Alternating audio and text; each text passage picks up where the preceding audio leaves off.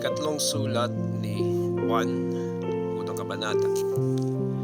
Mula sa isang matandang pinuno ng iglesia, para kay Gayo na lubos kong minamahal. Mahal kong Gayo, idinadalangin kong ikaw sana'y nasa mabuting kalagayan at malusog ang katawan, tulad ng iyong buhay espiritual na alam kong nasa mabuting kalagayan. Tuwang-tuwa ako nang dumating ang ilang kapatid at ibalitang ikaw ay tapat sa katotohanan na talagang namumuhay ayon dito.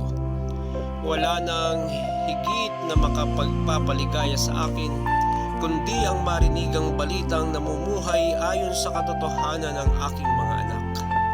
Mahal kong kaibigan, ang iyong paglilingkod sa mga kapatid kahit sa mga hindi mo kilala ay nagpapatunay na tapat ka.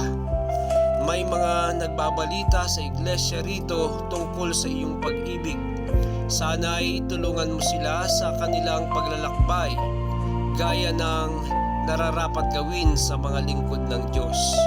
Sapagkat naglalakbay sila sa pangalan ni Kristo at hindi tumatanggap ng anumang tulong sa mga di sumasampalataya sa Diyos. Dapat natin silang tulungan upang tayo makabahagi sa pagpapalaganap ng katotohanan. Sumulat ako sa iglesia, subalit hindi binigyang pansin ni Diotrepes ang aking kapangyarihan. Ang hangad niya ay siya ang kilalaning pinuno ninyo.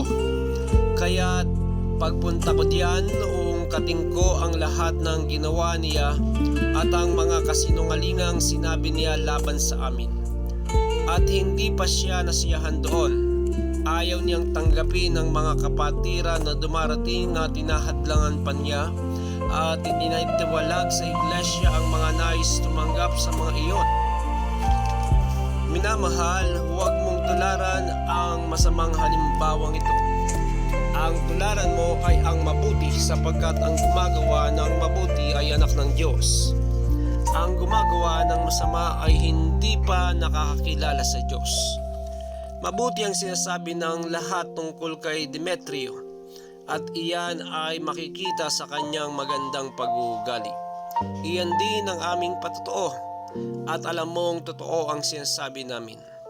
Marami pa sana akong sasabihin sa iyo, ngunit hindi ko na binanggit sa sulat na ito. Inaasahan kong magkikita tayo at makakapag-usap sa lalong madaling panahon. Sumayo nawa ang kapayapaan. Kinukumusta ka ng ating mga kaibigan dito. Ikumusta mo rin ako sa lahat ng ating mga kaibigan diyan.